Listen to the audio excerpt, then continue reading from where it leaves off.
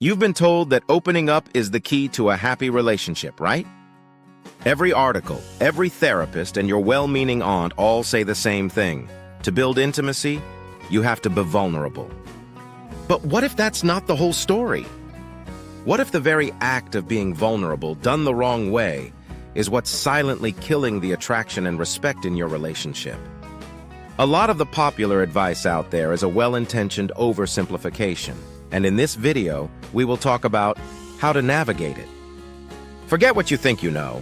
The truth is far more nuanced, and frankly, you can do some real damage if you get it wrong. So before we dive in, please consider hitting that like and subscribe button. Your input helps me grow this channel and our community of support. Okay, let's start with the official story we've all been sold. We're told vulnerability is the bedrock of connection. The idea is that by sharing your deepest fears and insecurities, you create this magical space for profound intimacy. The narrative is simple. Open your heart completely and your partner will meet you with endless love and empathy. It's the fairy tale ending where being your true, authentic self guarantees a deeper bond. Now, this advice comes from a good place. It's a pushback against that old-fashioned, emotionally constipated stoicism where everyone, especially men, were taught to just bottle it all up. And look, in a healthy relationship with a secure partner who meets you halfway, this model of open sharing is exactly what builds trust and intimacy. The problem is, we don't live in a perfect world, and blindly following this advice isn't just ineffective sometimes. It can be a recipe for disaster. You're told that taking this emotional risk is brave, but no one prepares you for what happens when it backfires. Here is the truth that makes people uncomfortable. Unfiltered, unchecked emotional exposure can be deeply unattractive. Not because vulnerability itself is bad, but because the way it's often done doesn't build connection. It can create distance and even kill desire. This happens when vulnerability turns into what we might call emotional dumping. Let's be honest about what that is. It's unloading a raw, unprocessed heap of emotion onto your partner without any regard for their capacity to handle it. That isn't building a connection. It's a one-way street where you turn your partner into an unwilling, unpaid therapist. They are no longer your equal partner. They've been promoted to your emotional janitor, and almost nothing less attractive than that. This kind of raw exposure often comes from a place of neediness, a desperate cry for validation. You aren't sharing to build a bridge. You're sharing to see if the other person can fix you or reassure you of your worth. This dynamic can be unsettling because it throws the relationship off balance. Instead of a strong, confident person who is choosing to share a piece of themselves, you come across as someone who is falling apart and begging to be held together. Think about it. Attraction is often tied to a sense of strength and competence. When you engage in emotional dumping, you're signaling the exact opposite. You're communicating that you are overwhelmed and can't manage your own state. This can make your partner feel burdened, and over time, that erodes the foundation of attraction. The capable person they were drawn to gets buried under a pile of neediness. This is the danger no one warns you about. They say open up, but they don't tell you that opening up the wrong way can have your partner quietly looking for the exit. So is the answer to go back to being a closed-off emotional robot? Absolutely not. The real secret isn't to avoid vulnerability, it's to practice discerning vulnerability. Let's call it strategic vulnerability. This is the nuance that separates thriving relationships from the ones that crumble under emotional weight. Strategic vulnerability isn't about being fake or manipulative.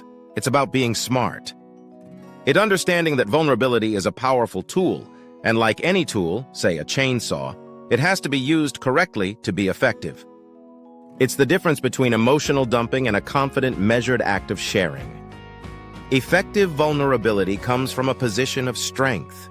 It happens when you're secure enough in yourself that you can share a weakness or fear without letting it define you.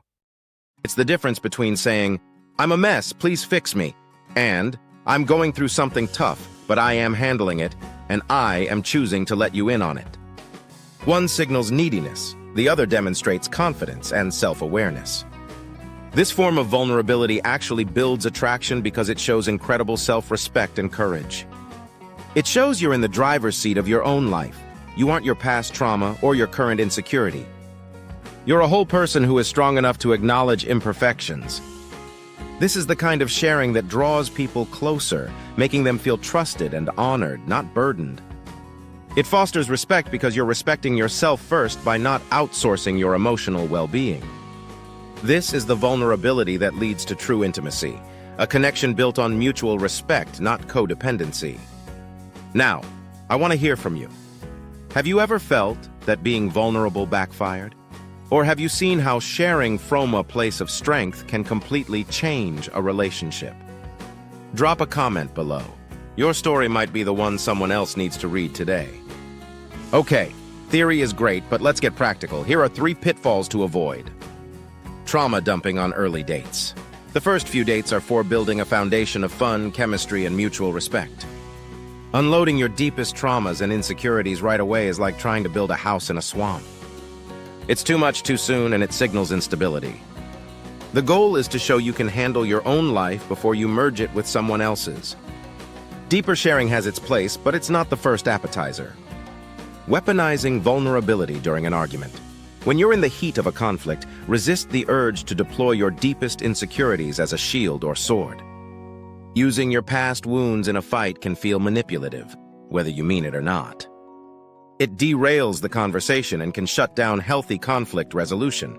Stick to the issue at hand. Sharing with an emotional brick wall.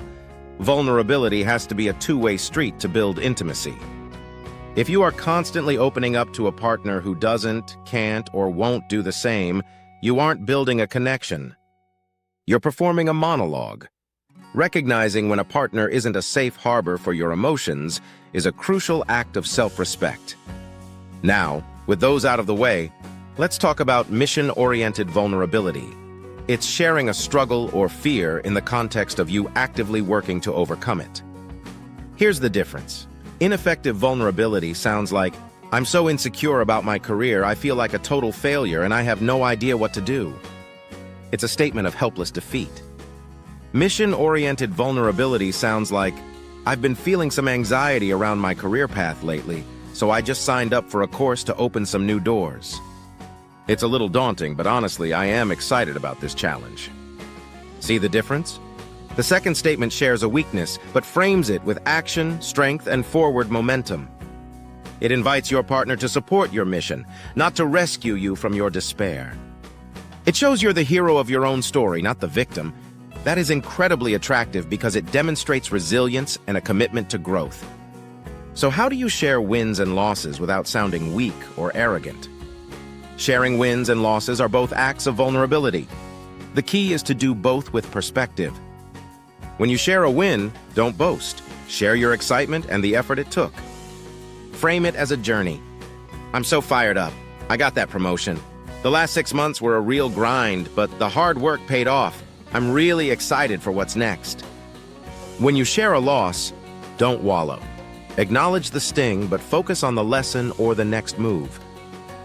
Well, I didn't get that project I was hoping for, which is a bummer. But it made it really clear where I need to improve, so I know exactly what to focus on for next time. This approach communicates that your self-worth isn't defined by a single outcome. It's defined by your character and your resilience. That's the true core of strength. For too long, we've been fed an oversimplistic narrative about vulnerability. We've been told to just open up with no instruction manual. The truth is, while vulnerability is the pathway to intimacy, indiscriminate emotional exposure is not. Real strength is having the courage to be authentic, but also having the wisdom to be discerning. It's about building a foundation of self-respect so solid that you can share your imperfections without fear. It's about turning vulnerability from a potential liability into your greatest asset for building deep, respectful, and passionate relationships. Stop misusing this tool.